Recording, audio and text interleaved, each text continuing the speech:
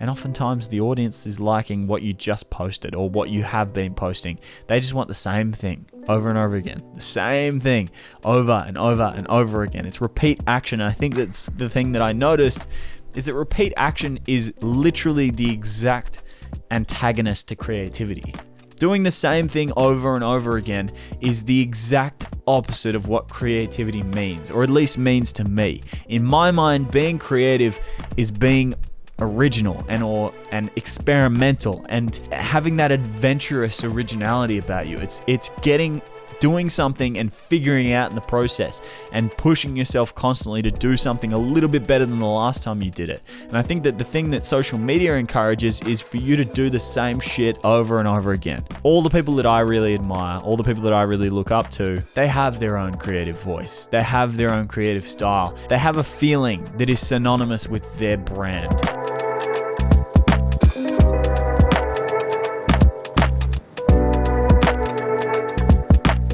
Welcome back to episode 25 of the podcast. How's everyone doing? Episode 25, the quarter century episode. How crazy is that? I remember how excited I was for episode 10. It seems simple, but I only just put two and two together and was like, episode 52 will be crazy. If I can keep this consistent, and that is one of the things that blows my mind the most, is how consistent I've been with this podcast. It's seriously been so much fun, and that's probably why I just enjoy it so much. I enjoy getting on here once a week and just rambling, and let's be perfectly honest with each other, that's all this is rambling. I just want to quickly say as well, I was listening to, and if any of my Australian listeners listen to this, guys, I was listening to Lewis Spears on his podcast, Spearhead Sundays, and he was talking about how, in particular Australia, sorry, I'm fidgeting at the moment, I'm a little antsy. I'm a little antsy this afternoon. I was listening to his podcast this morning, and he was talking about how apparently one of his reps, or one of the people that he communicates with at whatever audio platform or whatever hosting platform he uses for his audio side of the podcast, apparently right now in Australia, because people aren't commuting, and people aren't driving, and people aren't sort of doing a lot of the activities that they would generally listen to podcasts on. They said to him that, because he was wondering why his numbers on YouTube were continuing to climb, but the numbers on his audio platform were stale. They were staying consistent. And apparently the person said to him, they were like, that's amazing. If you are staying consistent, if you're not losing listeners right now, you are doing unbelievably well. If you're gaining listeners right now, you are doing exceptionally well. And if you're losing listeners right now, that's completely normal. And I am incredibly pleased to say that we're gaining listeners. Every single week we are gaining listeners, and that, to hear that from that podcast and then to put that against my own sort of stats at the moment, that's unreal. That's absolutely unreal, and I'm so stoked that this podcast is growing. I'm probably going to have an exciting announcement coming up soon, but I'm probably going to leave that for today. It's just going to be something extra that I'll be able to offer you guys, especially the podcast listeners. So I'll probably announce that over the coming weeks. I know I've just become one of those content creators who makes an announcement for an announcement and pisses everyone off to no end. I'm probably going to be starting a Patreon and starting a secondary podcast or an extra episode every single week for Patreon. So that's the announcement, because no one likes. I hate that when creators get on their platform and they're like, I've got an announcement, but I'm not going to announce it, so I'm going to give you an announcement for an announcement and then eventually tell you. It just annoys me, so I don't want to be that person. That's probably going to be properly announced soon. I don't want to dive in too prematurely, but I've got a goal that I want to hit here before I do that, and we're getting pretty close. So I wasn't really expecting to hit it before the end of the year, and I think we're going to hit it well before the end of the year now. So I'm stoked about that, but also need to get my act together. So hopefully that will happen soon. How's everyone's week been? How's everyone been this week? I know I say that every week, but that's what this is. This is just banter between us. It's us having a chat once a week. I had a really good week this week. I have to be perfectly honest with you. I haven't had the best few weeks. It's been tough. It's been really, really tough. I was planning on making a YouTube video that, because I've been doing a lot of journaling lately. I think right now or recently, and I've been talking to friends and talking to creative friends in particular, and they seem like they're going through a similar sort of situation right now where it just like creativity is really hard to come by at the moment. For me, for a lot of my creative friends, because it's not that we don't have anything to create, because for a lot of us, like in particular this podcast or anyone on YouTube or anyone in those sort of genres of creating, obviously I can't travel right now and that makes Instagram difficult, obviously, but I more mean like there's no reason why I can't be making a lot of the YouTube videos that I normally make. In fact, there's no reason why I can't, but I think that what a lot of us are experiencing is what I spoke about, I think 2 episodes ago, where it's like, I don't think I really recognized how important creating freely was, like going out on to shoot sunrise or shoot sunset or catching up with friends for a shoot or going away for a weekend or even just traveling in general. I always knew it was important, and I always knew it was like a big emotional boost for me. I would always get back from those trips and just feel fired up for a few days afterwards or a few weeks afterwards. And I just I always acknowledged it, and I was like, okay, that's a great side of my work. I'm very fortunate to be able to do that. I don't think I realized how valuable it was for the rest of my creativity. I think I sort of just put that off to the side, and I was like, okay, that's something that's awesome, but it's not really super important to everything else that I do. And now I'm recognizing like, okay, no, that was a big part of everything else I did, because it provided me so much emotional or psychological, like it's such a big psychological boost that it got me fired up to create the things that don't necessarily need those things. So, normal YouTube videos. And I've been speaking to a lot of my creative friends, and I think everyone's going through the same thing. Anxiety is high, stress is high. We're all sort of nervous. I'm sorry, there's a helicopter whirling up above me. I hope you guys can't hear that with the microphone, but I can hear it through my headphones, so fingers crossed.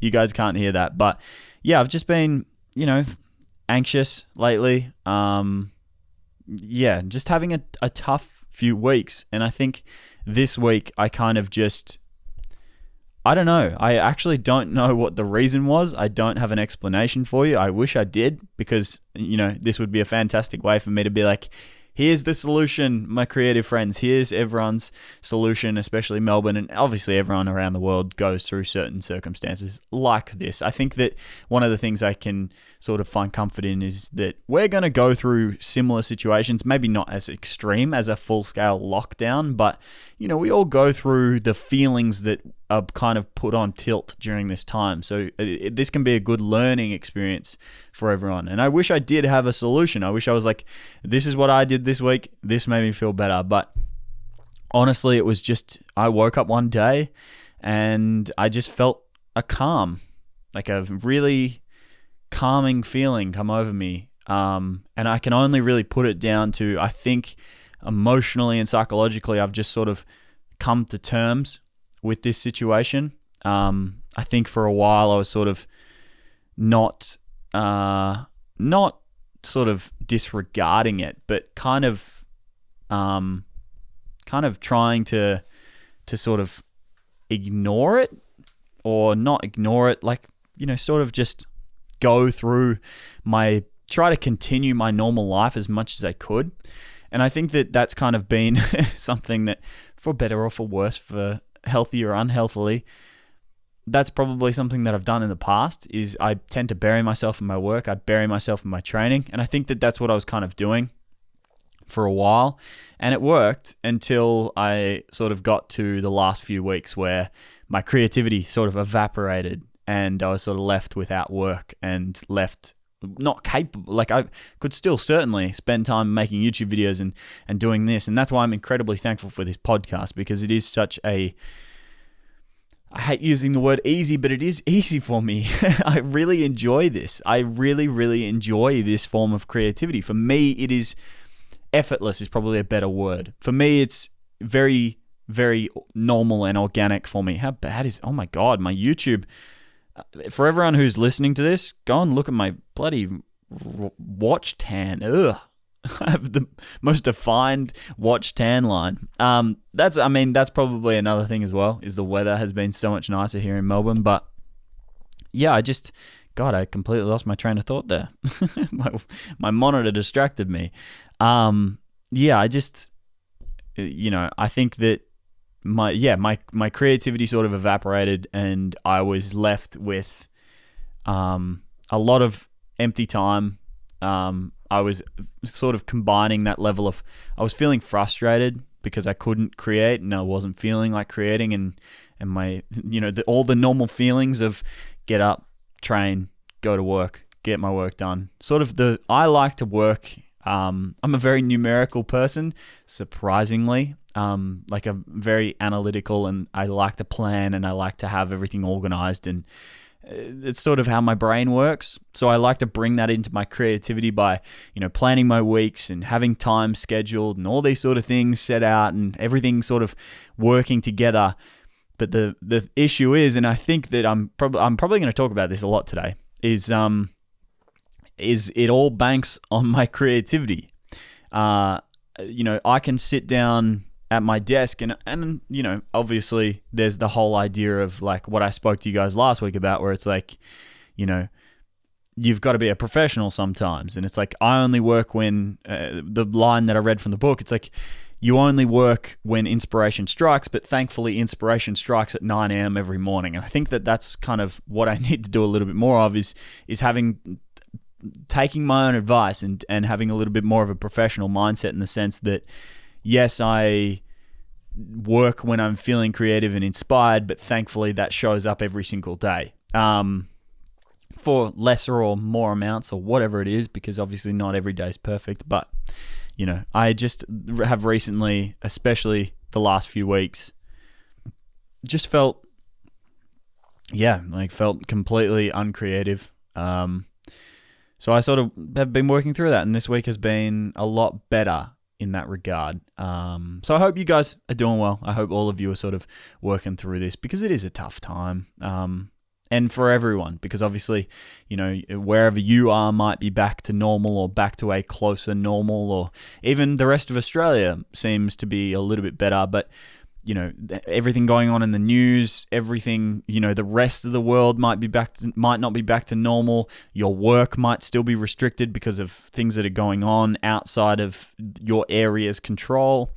There's all sorts of things going on to a lesser extent or to more of an extent. So I think everyone sort of, needs a bit of a pat on the shoulder. And I think that's the thing as well. I kind of just let the pressure off. I think this week just decided it's like, there's not much I can do about this situation. It's time to sort of take it as it is and learn to live with it and sort of do the best I can with the circumstances I'm dealt. And I think that that's kind of something that you can take a lot of pride in, because that has been, something that has been commonplace in my life is sort of doing the best with circumstances, and I think something I wrote in I'm probably going to make a video about this. I have been trying to figure out how I want to make a video about it, but I think something that's given me a lot of comfort, and hopefully this will give you guys a lot of comfort as well, is the whole idea that your best work is not going to come from the best circumstances. Or doesn't need to come from the best circumstances. I think that's something that I've been tackling a lot with this year, because I had such big plans for this year. Obviously I've not achieved a lot of the goals. Obviously things have sort of panned out differently. This podcast wasn't even something that I thought about. Obviously I always wanted to have a podcast, and I always thought about it as something in the future, but it wasn't something that I thought I'd be 25 episodes in by September. Something that I will probably be, I'll have something that's a big part of my business now, and I'm only sort of 2/3 through the year. So the year has certainly panned out differently than I expected, but I did have a lot of big plans at the start of the year. I wanted to shoot my first feature-length documentary, which obviously can't happen now because there's no boxing going on. I wanted to I wanted to have my course sorted. I had plans for a lot of travels because obviously I finished last year with quite a bit of travel related work, and that gave me the confidence to be like, okay, well, 2020 could be a year where I do a lot more of that style of work. And obviously, immediately, all three of those things are gone, and I kind of have been tackling with that idea of how am I supposed to make work I can be proud of if I'm in suboptimal circumstances? How am I supposed to do things that I will, be in love with for years to come if it's not made in situations that are optimal for those sort of situations? And I think something that I just said to myself this week, like I said, I spent a lot of time this week just journaling in my moleskin and just writing down my ideas and writing down thoughts and writing down, potential scripts for videos and that sort of stuff, and just sort of letting my creativity flow in that way. So because when you're writing stuff down, it's like, yes, you can say you're writing a script, but it's the pressure's non-existent. And I think that's why I enjoy this podcast so much, because it is just, there's no pressure, there's no expectations. It's just make something, do something, get on here and talk. And one of the things that I wrote down is that idea, and it's given me a lot of comfort this week. So if I can give you one thing at the beginning of this podcast is your best work does not need to come from the best circumstances. Maybe your best work will come from a situation that is completely accidental. Maybe I love the idea of, the happy accidents in filmmaking, or those moments that you don't expect to happen turning into pieces of footage that are your favorites for years to come. I think one of the things that I'm sort of, one of my favorite pieces of footage is Georgie, my ex-girlfriend, and I were at a place in Jarvis Bay, and it was pouring with rain, and we were supposed to make content for this place. And we, the plans had gone to shit because the weather was bad and everything was sort of going off. And I was like, well, why don't we just go and get some fruit and veggies and stuff like that, and we'll just film some lifestyle stuff here and see what we can make. And all of that footage has now turned into probably my favorite footage I've ever recorded, because it is just sort of, there was no expectations, there was no thought, no planning. It was almost just like I was filming what I would normally be doing. So that's kind of what I want to try and give you guys at the start of this, is just, if you are a creator, and I assume a lot of you are, but even if you're not, don't, there is still a chance that your favorite piece of work that you've ever created will come out of these times.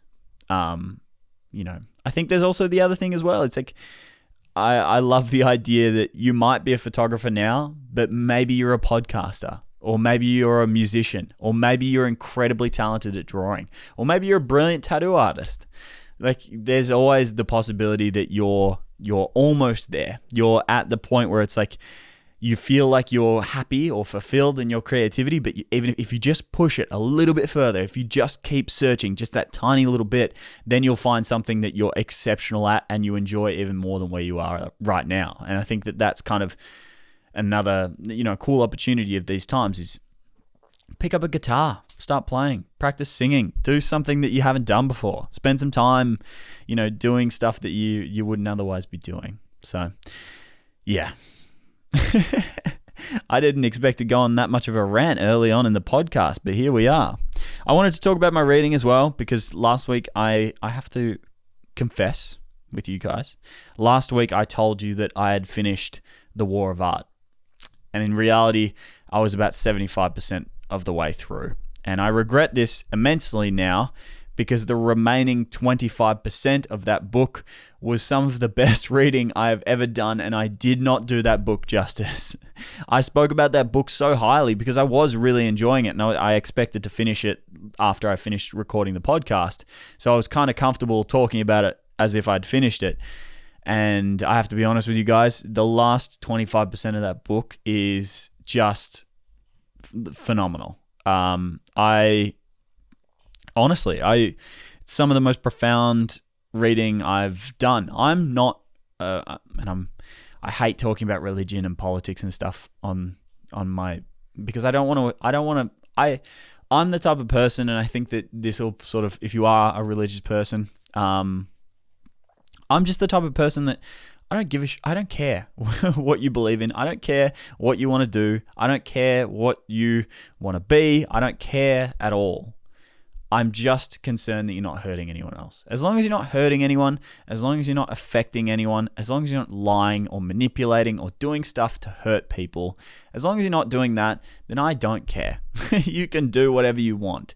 But I'm just not a religious person. And I read this part of the book and I was kind of in the prologue, whatever the start of the book is. I should know this, but I don't off the top of my head right now. He talks about how, or the guy that was writing the prologue talks about how the last part of the book is quite religious heavy. There's a lot of God talk. And I was a bit nervous for it. And I was like, okay, this is going to be something that I'm going to zone out on and not really enjoy as much. And I started it and it was phenomenal. I honestly finished to that part of the book and I was like, I think I'm religious now. And obviously I'm exaggerating a little bit there, but I highly, highly, highly recommend that book. Highly recommend that book.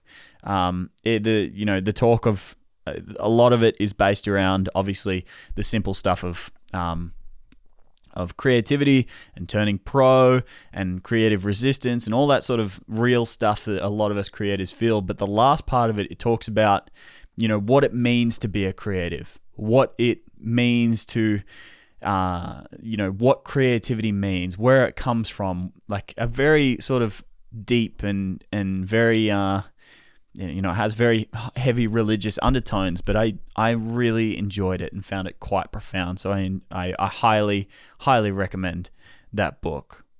I've also started reading The Obstacle Is the Way, and I know I talked about that one a few weeks ago as well, but at the time I was reading Hold Me Tight and Atomic Habits, and I was heavy in those books. I loved both of those books. So I kind of just put The Obstacle Is the Way.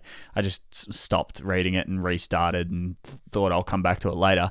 So I've started reading that, and I've also just bought, because I was very tentative about reading Ego is the Enemy, not because I don't believe in it or anything like that, but I was kind of like, I don't know. I feel like ego is a tough topic to cover and not just sound super, super airy-fairy is kind of my opinion of it. But after reading The War of Art, I was like, oh my God, I need to read more of this sort of stuff. I need to read a lot more of this sort of stuff. So I've just purchased The Ego is the Enemy by Ryan Holiday, and also Do the Work by Stephen Pressfield, another one of his books. I think he has three non-fiction books. So I've purchased both the other non-fiction books from Stephen Pressfield. So I'm super excited to get into those.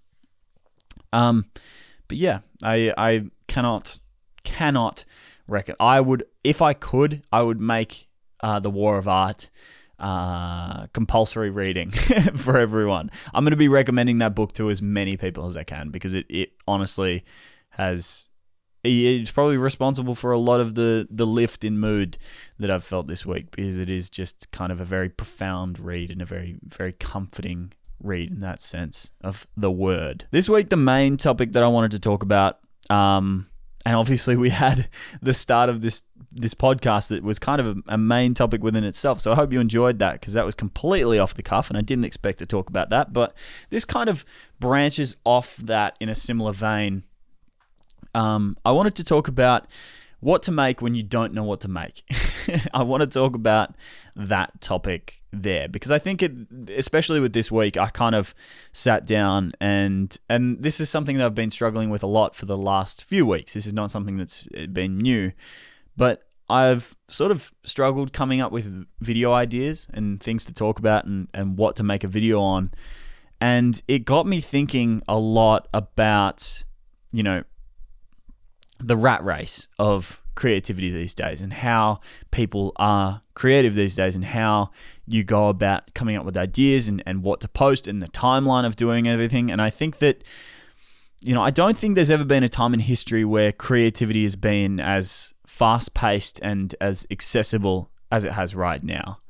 I think the demand for content over time has increased, and because of that demand increase, the suppliers followed suit. Like there's more people making more content and more people consuming more of that content. And I think one of the byproducts of that is how quickly everyone expects to do it. To be competitive these days, you have to not only be exceptionally talented, but you have to be sort of, you have to have your finger in as many your hands in as many places as possible. The reason why I started this podcast in the first place was because I wanted to give the followers of Instagram and the followers of my YouTube channel a place where they can find another place where they can consume my content. Because the underlying theme of social media, and the advice that you hear a lot in a lot of the books that you read and a lot of the videos that you watch on social media, is you want to give people as many opportunities to touch base with you as possible per week. How many times are you at the forefront of someone's mind? How many times are they listening to you talk, reading one of your captions, looking at one of your photos? And I think that is good and bad, because I think that it's, the majority. I think one of the things I thought about this week, and especially whilst I was coming up with my video idea for my YouTube channel, is I couldn't help but feel a sense of, I couldn't help but feel like a bit of a fraud whilst I was sort of coming up with YouTube video ideas. And not in the sense that like I don't believe in what I'm saying. It's not that. It's in the sense of like, I don't want to make something I don't care about. And I think that kind of made me realize, like, I never, like, I don't find any fulfillment in just making something for the sake of making something. And I think there is kind of a place where people can become, there's never been more people making a full-time income. There's never been more people supporting themselves full-time off their creativity. And I think that that's incredible. I think that that's the best thing to ever happen. I do not think there's ever been a better time in history to be a creative. I think it's an incredible time to be a creative person. In fact, I think it's one of the best ways to be right now. If you're a creative right now, you've won the fucking jackpot, man. Like, you are, as far as all of history and all the different types of person you could be right now, being a creative is incredible. But I think that,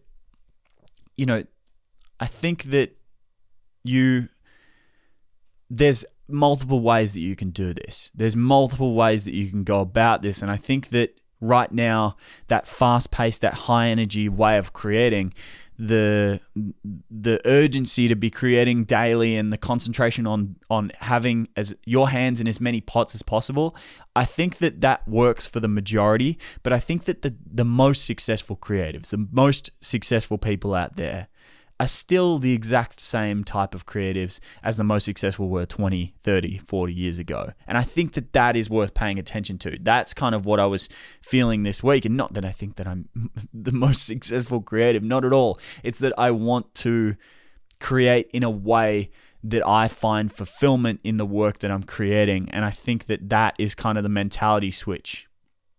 Because I think there are people that can run off the dopamine of followers and likes and all that sort of stuff. I think that there are plenty of people that can quite happily work in the rat race of, making for a content schedule or an upload schedule, and, working with the patterns of whatever algorithm they're trying to consume on, or whatever algorithm they're trying to create on. But for me personally, I don't think that that's conducive to creating my best work.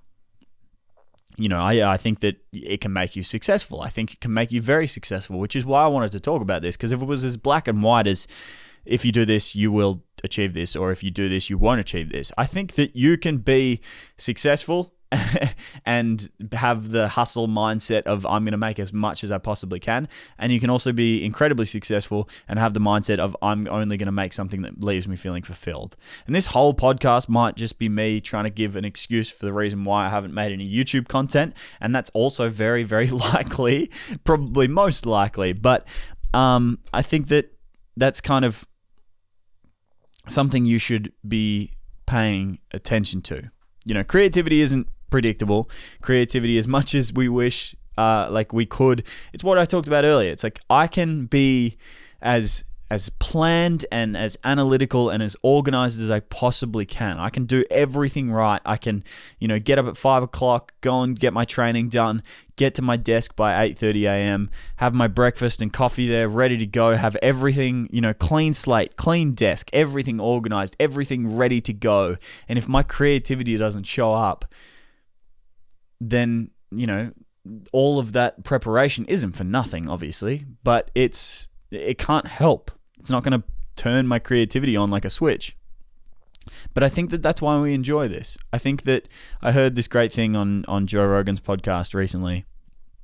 It was talking about how Post Malone was describing why he wants to be creative is, I want to feel like I'm in complete control, even though you're not necessarily in control. And I know that sounds bizarre, but that is kind of a creative life. It's like, your work isn't necessarily your work isn't transactional. What you put in is not like, it's not like clocking in at a job where you put an hour in and you get $50 in return. It's more like you're going to make as much as you can and hopefully find the fruits of your labor eventually. And that, in every sense of the word, is out of control. You're not in control of how much you get paid when you get paid. Obviously, there's levels to this. It's like you can be a freelancer where, yes, it's very transactional, or you can be a YouTuber where it's not very transactional. And I think that, yes, there's that out of control element, but at the end of the day, you're completely in control of what you're doing. And I think that that's why we're creatives. And I think that if creativity were predictable, I think if you could depend on it, a lot of us wouldn't be attracted to it, because we are the type of people that are attracted to that unpredictability that comes with being a creative. I have always sort of, been, I think that that's why I'm attracted to this. I think that's why I enjoy this job, is because it is kind of, in every sense of the word, unpredictable and sort of out of control. I think there's times where I certainly don't enjoy that element of it. I think right now is probably one of those times. I don't think I'm someone that can live being completely out of control, but I think that I have to have at least an element of it. I have to have a part of my life that's kind of unpredictable and unplanned and unscheduled, and I'm in control of that unpredictability. Does that make sense? I hope that kind of doesn't come across like I'm just saying an oxymoron and hoping that somehow I'll be able to make it make sense. But it is, I heard him say that and I was like, oh, that makes complete sense. That is like, okay, that's an explanation for why, as unpredictable and as much as there are times where I wish I could sort of go and just get a job. As much as I have those thoughts every now and again where it would be so much less stressful, it would be so much easier, my life would be so much more predictable. As much as I, things like that are attractive in a sense, I don't think I would ever trade this unpredictability for something more stable. And I think that is what gets me caught so much. I think that's what kind of draws a lot of my, or is where a lot of my creative anxieties come from, and where a lot of my,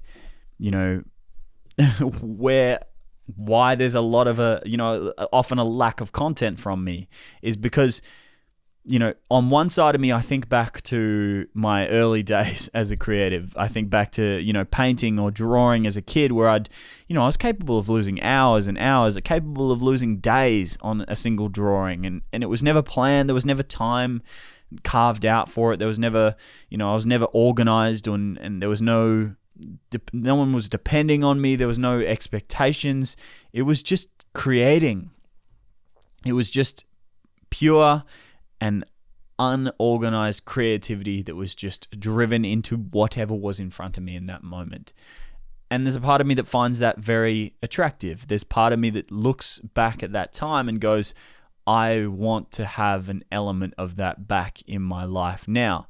But there's also the side of me that looks at, people that are more of the relentless type. There's been countless times where I've told a lot of my creative friends that it's honestly just about putting out enough content until you're capable of doing something successful. There's the mentality that I've talked about where quality will come from quantity. I've talked about this multiple times. The idea of being a relentless artist, the idea of being a creative person who's capable of working like an accountant or has an accountant-like work ethic.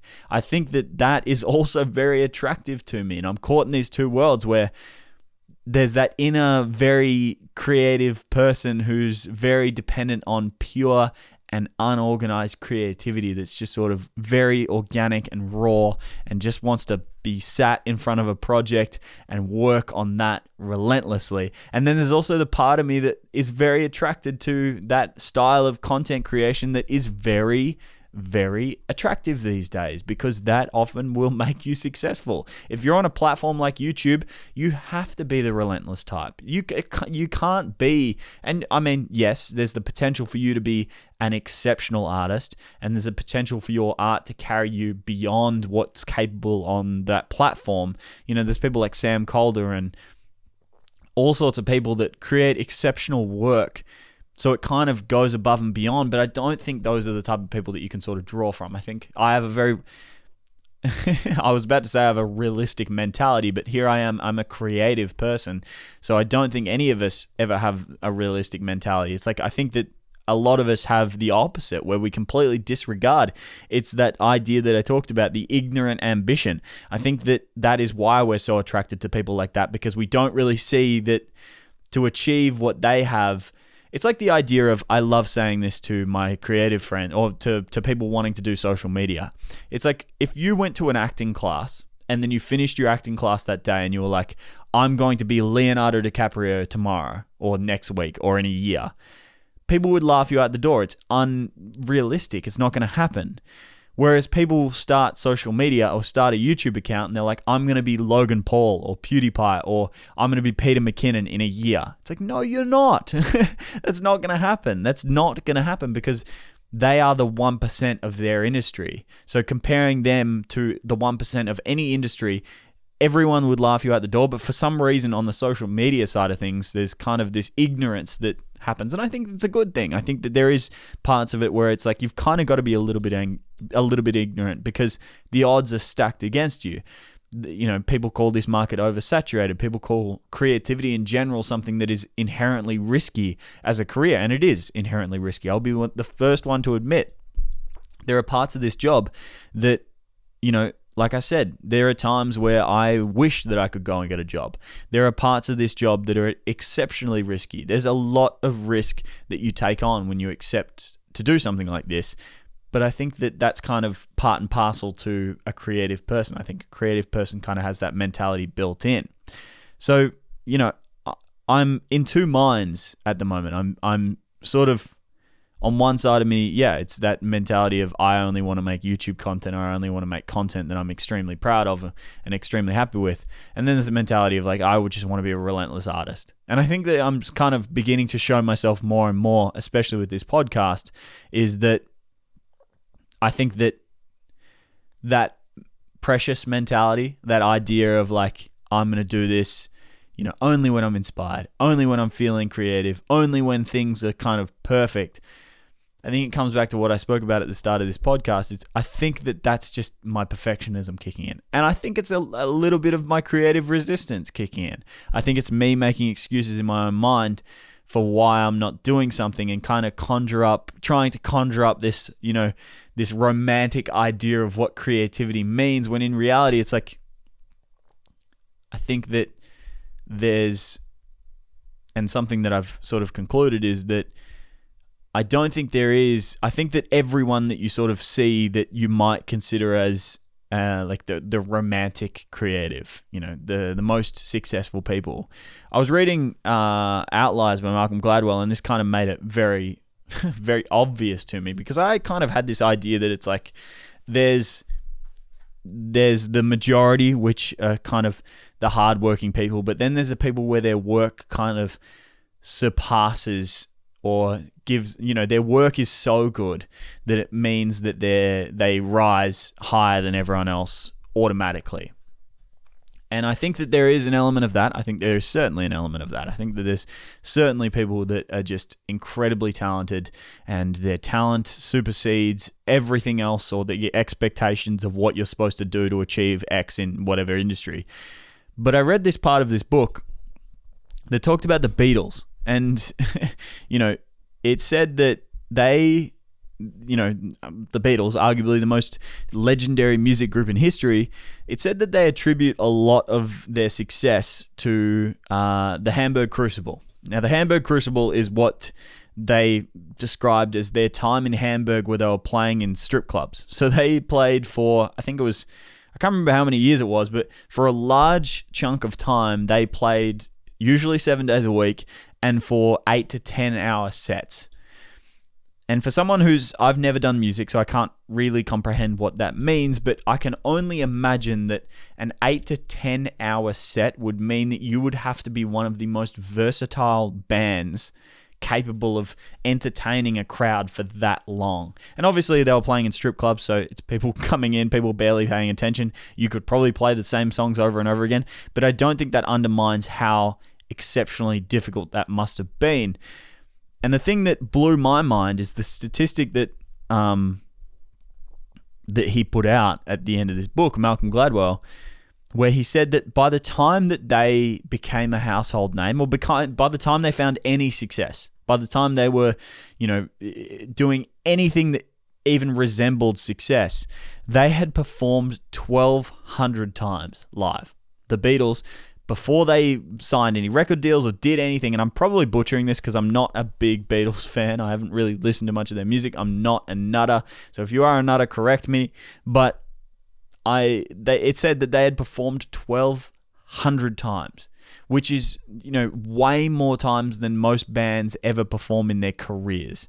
And they had done it before they even found any success.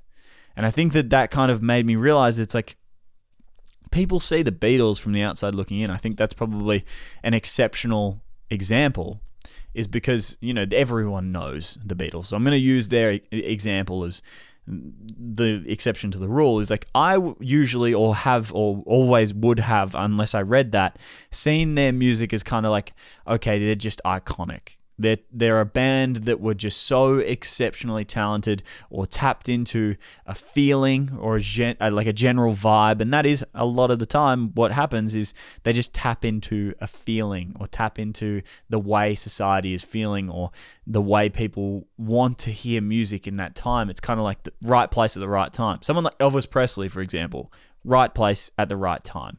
He was the perfect person to be performing that type of music at that time, because the world really wanted that new form rock and roll music.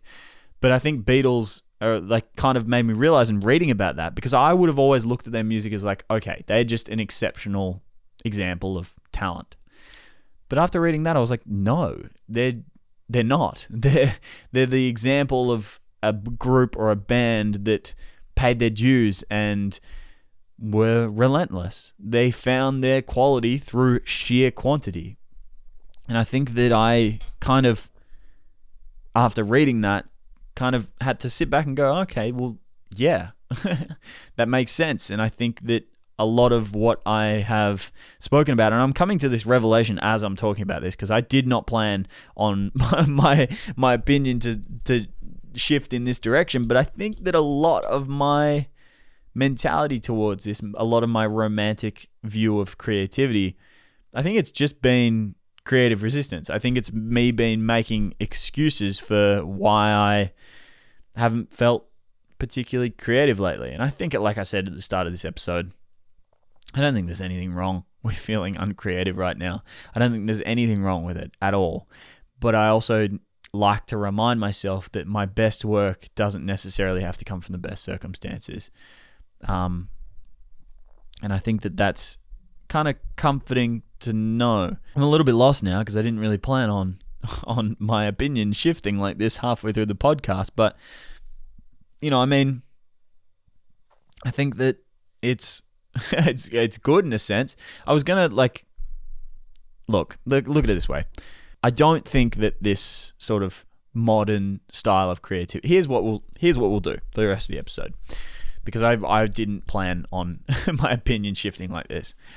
I do think above and beyond in every example, I think that quality will come from quantity. I think that putting your 10,000 hours in is the be-all and end-all of achieving any sort of creative success. I think that you'll find, on the whole, that people can sort of, people can jump the gun. People can have, bouts of success in the beginning.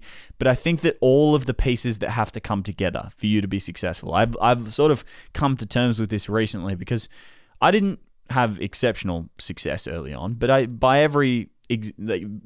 Instagram allowed me to sort of jumpstart my creative career.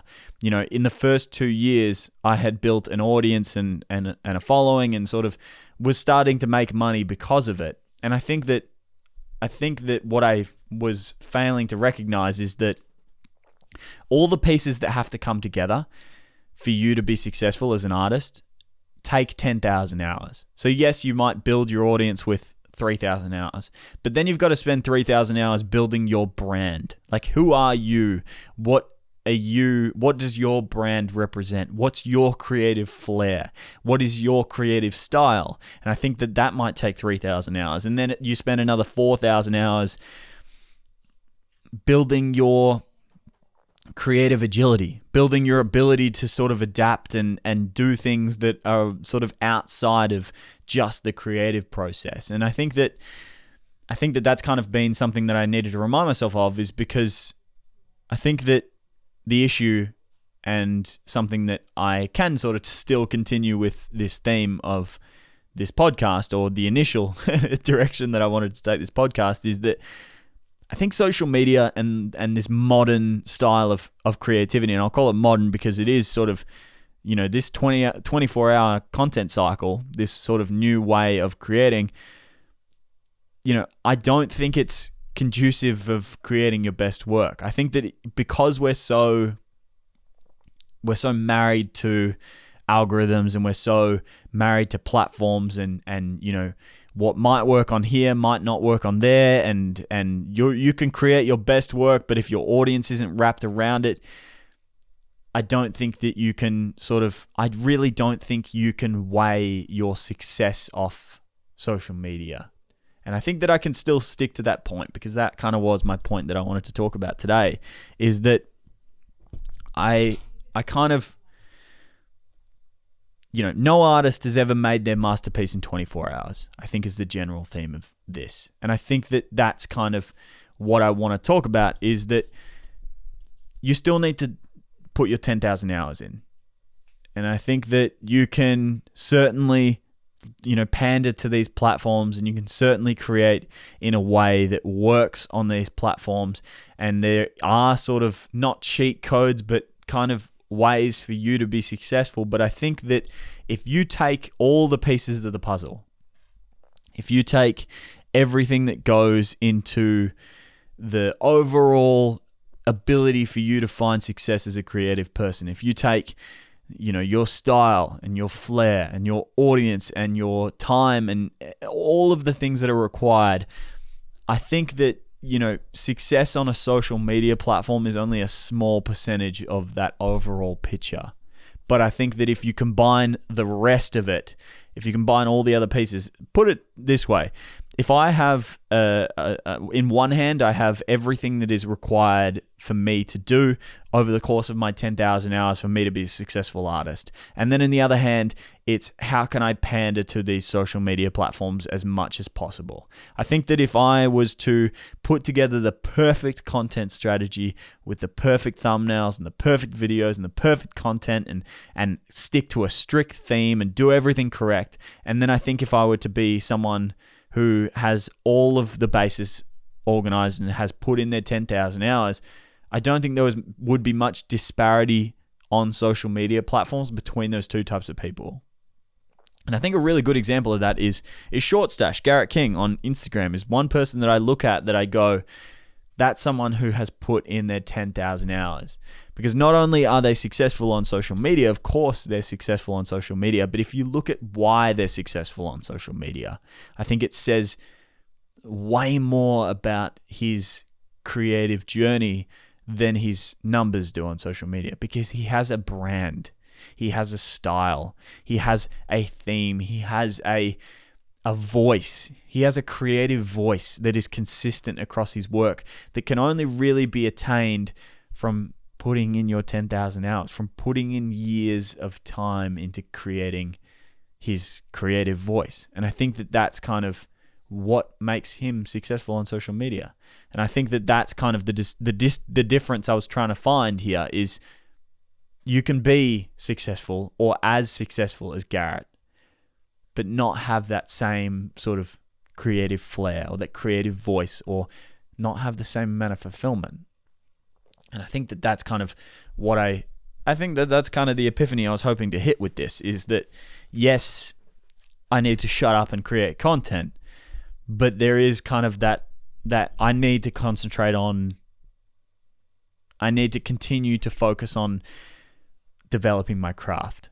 And I think that you can only develop your craft by stepping outside of social media, by stepping outside of what's required on these platforms, stepping outside of the 24-hour content cycle, stepping outside of your weekly upload schedule. I think that you need to do that to maintain your progress. Because if I think of a progress bar and the end zone is complete creative, let's just say success, or you've become the best version or the best creative version of you that you possibly can be. You've developed the perfect style for you. You enjoy your work. You're finding fulfillment in it, and you're creating your best work. I think that if you were to take someone and put them on the rat race of creating content for Instagram and YouTube, and then take someone and let them create, I think that the person who's just creating would get there a lot faster. I'm not here to whine and moan about the algorithms. I'm really not here to whine and moan about the algorithms. I really, like I said, I don't think there's ever been a better time in human history to be an artist. The fact that it's so accessible for people to make money and make a good amount of money with their creativity, I think that that's phenomenal. I don't think that there is anything I could say that's bad about that the way that history has gone. I don't think there is anything bad I can say about social media in that regard. I can't think of any reason why you wouldn't be on social media. If you're a creative person, I cannot think of any reason why you wouldn't be on social media. And I hate the whole, I don't hate it, but the social media detox and that sort of thing. I think it sort of is ignorant to the benefits that it brings. I think there are plenty of benefits to it, but I also think that you have to step outside of it to let yourself create your best work, to get yourself to the point where you are a creative who is getting the most out of themselves. I want all of you to become the best creative that you can be, get the most potential out of yourselves. And I think that you have to do that by stepping outside of the 24-hour content cycle. So I think I've got 3 pieces of advice that I wanted to give to each of you, or 3 pieces of advice that is probably just going to be me reminding myself that I need to do each of these things. Because I want to start doing this more. I don't want to be someone who's just sort of whining about the algorithm, but I also don't want to be someone who's just pandering to it. So there's 3 pieces of advice that I wanted to give you guys in regards to those. The first one that I wanted to talk about is make time for long-term projects. I think one easy way that you can sort of step outside of the 24-hour content cycle, I think one way that you can sort of take yourself outside of social media and give yourself the opportunity to create content that is very you and very organic to you and very orientated around the type of creative that you actually want to be. A good example of this is like, I love taking portraits. If I was to listen to my social media, me posting and sharing and creating portraits is followers suicide. It's Instagram suicide on my Instagram account. Every single time I post a portrait, I lose hundreds of followers. Like that. Every single time. But I enjoy making those, and I'm really proud of them. Every single time I see a finished portrait, I look at that and I'm like, that's a beautiful image. I really enjoy it. So that's me. I kind of came to the conclusion this week. I was like that represents a small piece of the content creator or the photographer that I want to be. So I would rather lose those followers and have them be replaced by people that like my creative voice that includes all those other themes than I would be happy to just pander to that algorithm or pander to my current sort of audience and go, okay, I'm only going to post content that they want to see. Because, at the end of the day, I think that that's kind of a comfort that you can find is there's always an opportunity for you to progress, but you kind of need to sort of step outside of what Instagram is telling you to do or YouTube is telling you to do. But one way that you can do that without having to commit Instagram suicide is by making time for long-term projects. One of the things that I've found a lot of fulfillment in is even though I'm not able to shoot my documentary that I wanted to shoot this year, I've done a lot of pre-production on it. And I'm constantly sort of working on it in the background and working on things that sort of take a little bit longer, working on projects that take me 2 weeks rather than 1 week, or take me a lot longer than that. And I think that that's kind of a way that you can start to, stop chasing the instant gratification of your next Instagram post. Stop chasing the instant gratification of likes, because I think that that's kind of something that you can get caught in, and something that I kind of was really terrified of a while ago. I think like last year it frightened me, is the fact that you can lose weeks and weeks and weeks chasing that daily gratification of your next post and realize that you haven't actually done anything in weeks that is moving your career forward, that is developing your creative style, that is further developing your creative voice. Because like I said, you can follow the trend of whatever your audience is liking in that moment, and oftentimes the audience is liking what you just posted or what you have been posting. They just want the same thing over and over again, the same thing over and over and over again. It's repeat action. And I think that's the thing that I noticed, is that repeat action is literally the exact antagonist to creativity.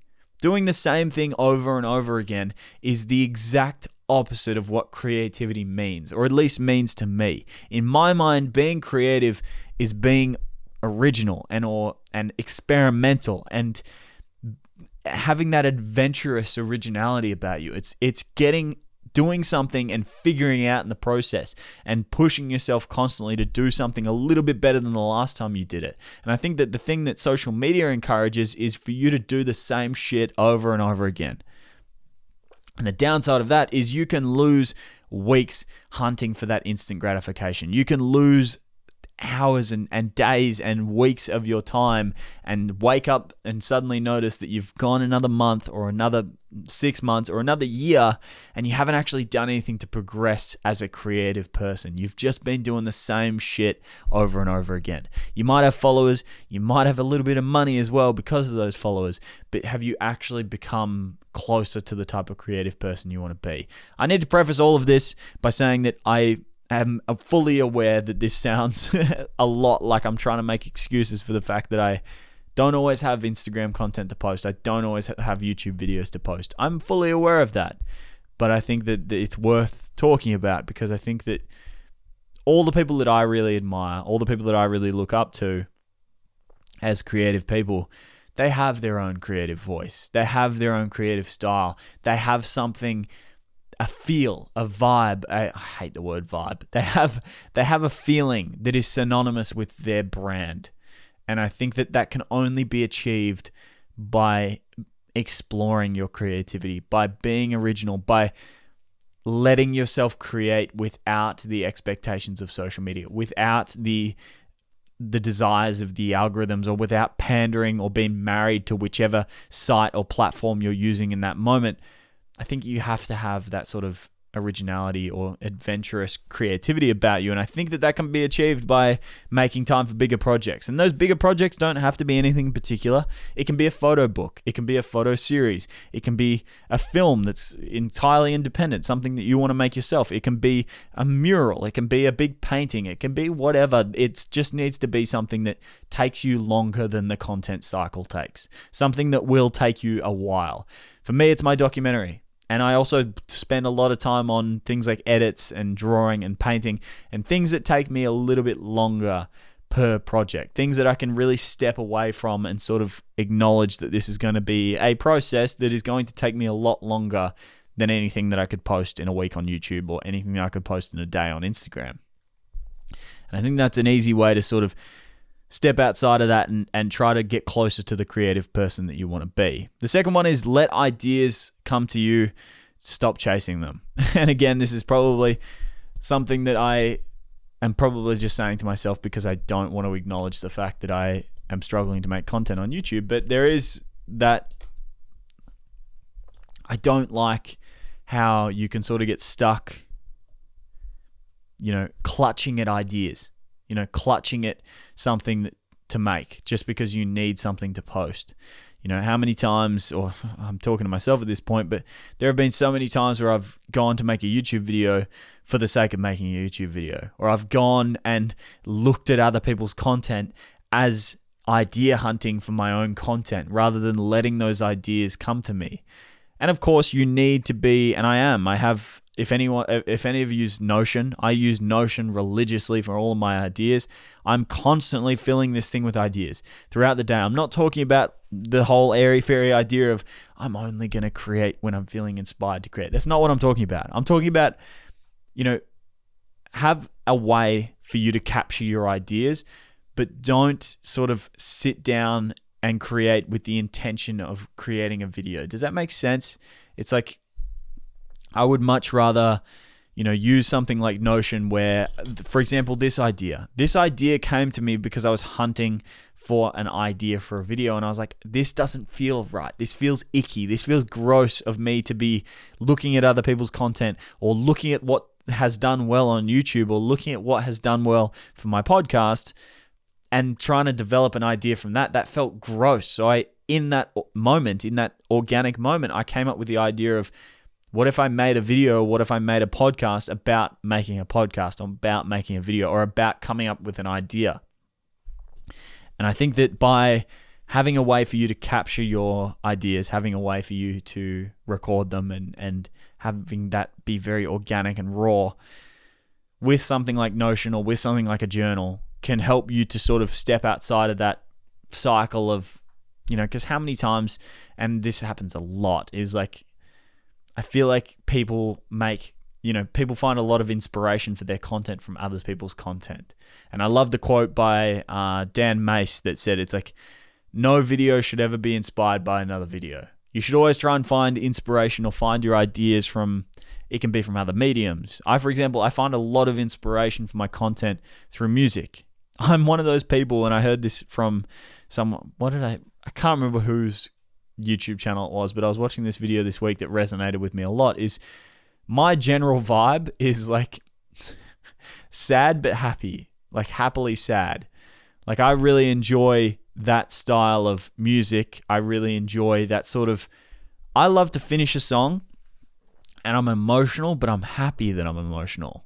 I like songs that make me cry. I like songs that make me think. I like songs that make me feel something. And that's always been my biggest inspiration with my YouTube content, and something that I'm trying to get closer to now, because I have in the past just made YouTube content because I was inspired by what was doing well. I was inspired by the fact that people were succeeding with tutorials and people were succeeding with productivity content and people were succeeding with this and that and all that sort of jazz. And I was just like, I watched this video this week and I was like, yeah, that makes total sense. It's like you should find inspiration from other mediums, because usually that's an indication of what you're actually naturally inclined or your natural inclination is leaning towards. And for me, it's content that makes you feel something. It's very emotional content. It's very thought-provoking content. I enjoy creating something that I would love to finish a video and be like, I'm sad right now, but I'm also very happy in the fact that I'm feeling this.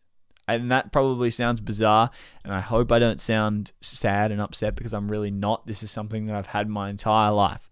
I love listening to music that makes me cry. I love listening to music that makes me upset. I love that feeling of being, or I'm not in love with the feeling, but I am usually quite happy or content in feeling emotional sometimes. And I've always said, it's like I've always describe myself as someone who is very emotional, and I think that that's kind of something that you can find inspiration through. You can find what you naturally lean towards through other mediums of work rather than through your competitors. I don't think that I would figure that out by going and watching YouTube videos, because the most successful YouTube videos aren't necessarily going to be what's going to be most successful for me. What's going to be most successful for me is me creating in a style that I find,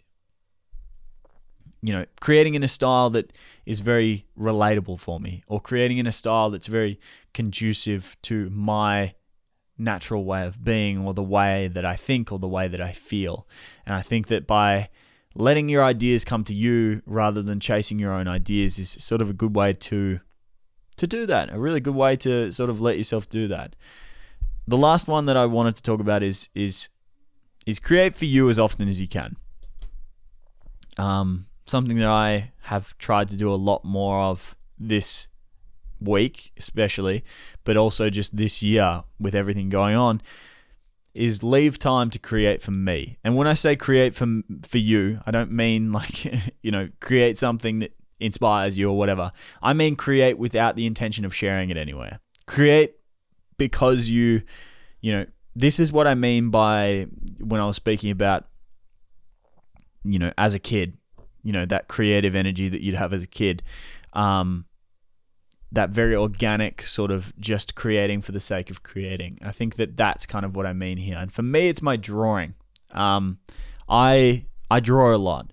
And the reason why I draw a lot is because I like to design my tattoos. If you're on the YouTube channel, I design or have designed most of my tattoos, with the exception of this one on my arm. I'm not going to show my tattoos now, but I have designed most of them.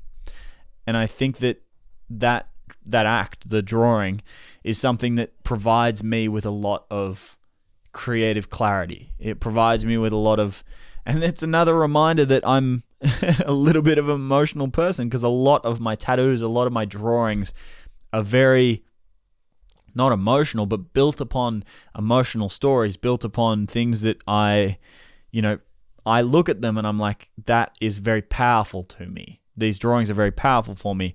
But I think that deeper than that, it is just an opportunity for you to be creative for the sake of being creative. And I think that is so incredibly important for you as a creative person, because you have to carve out that part of yourself for you. You have to have a part of your creativity that is protected and it's just yours. Because I think when you're, especially these days, when everything that you do is so open source, everything that you do is so orientated around how is this going to affect other people, you can slowly sort of start to lose your voice and lose your style and lose what you create for in exchange for whatever is going to be most successful in that moment for whatever platform you're married to at that time. But I think by keeping a corner of your creativity reserved for you, it helps with that. And it doesn't need to be just it doesn't need to feel like a waste of time. For you, obviously, I'm not trying to encourage all of you to start getting tattooed. That's not a very, it's probably not going to be particular. I'd imagine that a lot of your partners and parents aren't going to be particularly happy with me, depending on how old you are, if I was to encourage all of you to start going out and getting tattooed. But for me, I find a lot of fulfillment, or at least motivation to do it, because I know that if I sit down and draw at least once a week, then I'm probably going to come up with a cool tattoo design. And that motivates me to do it, but it's still just for me. At the very most, the tattoos, at the very most, my drawings are going to turn into something that goes on my skin. That's the very most that they're going to be used for, which is, in every sense of the word, a piece of creativity that's for me. It's literally a piece of creativity that's going to become part of me. And I think that that's kind of a really good way that you can sort of reconnect, or at least get your practice in and have it be very organic to the type of creator that you want to be, and have it be far closer related to where you want to go with your creativity. Because I think that that is kind of something that is kind of lost at the moment. And I see, I want to bring it back to that what I spoke about at the start of this episode, is I think that you can end up getting trapped on social media. You can end up getting not just trapped in your style, but it's a far quicker route to success than what would normally happen if social media weren't to be here. Like I talked about, it's like with the Beatles. It's like they put their 8 to 10 hours a day, 7 days a week for 1,200 live performances before they found any success. That's something that in today's time is incomprehensible, because people jump on social media and they're like, I'm going to have X amount of followers in X weeks or X months or X years. I'm going to have this amount of money in this amount of time. I'm going to achieve this really, really quickly because he achieved this really, really quickly. It's like, someone who did it and they managed to get to 100,000 followers in 6 months, and you're like, I'm going to do that. It's like, that's so much quicker than what it actually takes to be a successful creative, that you kind of skip everything that's super, super important for you finding your creative voice. Now, I'm not undermining it. I'm not undermining it at all, because I want to try to keep that consistent, in the sense that I still do not think there has ever been a better time in history of being an artist. I do not think that there is any possible reason why you shouldn't be on social media if you're a creative person. If you are a musician, a photographer, a filmmaker, a drawer, a tattoo artist, whatever you are, whatever you do, you should be on social media. But, and it's a big but, I think that you need to keep in mind that for you to be the best possible creative, you need to still go through that process of attaining your 10,000 hours. Now, yes, you might get 3,000 hours in and you've got 100,000 followers and you're making a good living and you're doing something that makes you happy, but you've still got to get those 6 or 7 more hours in, 7,000 more hours in, because in those 7,000 hours, you might discover that, hey, I was a filmmaker for the first 3,000 hours and I really enjoyed doing filmmaking and it got me a little bit of a success, but maybe I'm supposed to be a musician, or maybe I'm supposed to be a tattoo artist, or maybe I'm supposed to be a painter. And I think that it's it's very necessary to think that, because you can sort of get golden handcuffs. You can end up with golden handcuffs, because you can pick up a camera and 6 months later have 10, 20, 30, 50, 100,000 followers and be making good money and have an audience that's depending on you, and suddenly recognize that, oh shit, I don't actually enjoy this that much. I only just started this. In the grand scheme of my entire career, comparing it to every other career out there, I'm just a baby. I'm only just starting. Hell, I've only been doing this for 4 years. I only picked up a camera, not even, 3.5. I think it's, 3.5 years. I picked up a camera 3.5 years ago. In the grand scheme of everyone else's careers in every other industry all around the world, I am a baby. I am a rookie. And I think that it took me reminding myself of that this year, that you cannot compare yourself to, someone who's achieved a little bit more than you, because I think that I haven't put in the hours yet. I haven't put in my 10,000 hours yet. There's no way that I could be as successful as I wanted to be, because I haven't put in the hours. And that's kind of not provided me a lot of comfort, because I know that it's going to be difficult, and I know that this is kind of work that I need to do and no one else is responsible for this, but it's provided me a lot of comfort in the sense that I can't compare myself to someone who has found their creative voice. I can't compare myself to someone who has found their style and their feeling. I can't compare myself to that person, because I haven't done that yet. But it's also reminded me that social media is not everything. Social media is not everything. Making sure that I've got a post to post on Instagram and a video to post on YouTube and something to post on wherever is not everything. It's not everything at all. In fact, it's far from everything. If you do this first, you'll probably be more successful when you do come over to social media. So I think that that's kind of what I've been laboring over in my mind recently.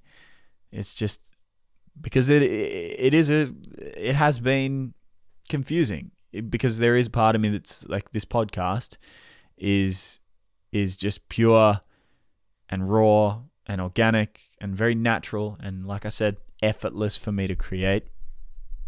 But it is also me being relentless. There are certainly Sundays where I don't feel like doing this. I made a whole episode about it. There are Sundays where I don't feel like doing this. Sitting down for an hour and recording and being comfortable enough and being capable enough to talk for an hour, that's a high pressure situation. I don't want to get on here and just bamble on and talk about nothing. And it feels like I've done that today, but I don't want to do that. I want to give you guys something that is at least going to leave you with a feeling, at least going to leave you with a thought, or at least going to leave you with something that you can take away. And I think that I've sort of recognized through this podcast that, like, there's and we're back to square one. There is an argument for both sides. There is certainly an argument for both sides, and I think it's about figuring out what works for you. It's about figuring out what type of creative are you. Are you the type of person that can be motivated by the dopamine and be motivated by the likes and the followers and have that be your driver? Are you the type of person that's happy to create the same thing day after day, or the same video week after week, or create in the same style, or do something that might not necessarily fulfill you heaps, but at least you're creating something and you're posting it? And are you that type of person that has that very, are you the type of creative that has the accountant work ethic and compare that with your creativity? Or are you more of the creative who is happy to put their 10,000 hours in, but is more focused on finding what makes them the best possible creative they can be? And that sounds like I'm making one sound better than the other, but I think I lean more towards that. I'm not saying there's anything wrong with that at all. I don't think there is anything wrong. In fact, I think that right now it's probably better to be that type of person who is happy to sort of pander to the algorithms and work on the programs and be smart with social media. I think that there's certainly a benefit to being that type of person. I think that the reason why I probably make it sound more attractive is because I think that and again, this is probably just me making up excuses for why I can't think of any YouTube content, don't always have Instagram content to post, but I think I am that type of person that's more, or wants to make sure that I squeeze as much of the lemon as I possibly can. I don't want to settle for something or a style or a genre or a type of creating before I know that I've found my creative voice, or found my creative flair. I think I'm going to leave it at that. I hope that this was conducive. I hope that this was cohesive is the correct word, not conducive. I think it was a little bit of a ramble, because I kind of realized halfway through the podcast that the entire topic that I wanted to speak on had suddenly shifted and I no longer agreed with what I had written down. But yeah, I hope that it was at least somewhat conducive, and I hope that it's been eye-opening for you. Before I let you go, I just want to thank every single one of you for listening to the podcast so far. Like I said at the start of this episode, I was listening to the Spearhead Sundays, and the fact that we are still growing even through this time is incredible. And I cannot thank each of you enough for listening every single week. For those of you who've shared the podcast, for those of you that have sent it to someone or let someone know to listen to it, that helps me more than you could possibly imagine. So if you have enjoyed this episode, if you've enjoyed any of the episodes so far, I would really appreciate it more than you can imagine if you could share the podcast with a friend. Sharing it with one other person will make the world of difference and would help me out incredibly. So if each and every one of you could go now and text this episode to a friend, text it to someone you think may enjoy it, or just text it to someone who's a little bit bored in quarantine and needs something to listen to, or needs a better podcast than whatever they've been listening to currently, send it to them, let them know they should listen to it, and I would appreciate that more than you could possibly imagine. So thank you so much for listening. As always, all of that is entirely up to you, and I'll speak to you guys next week.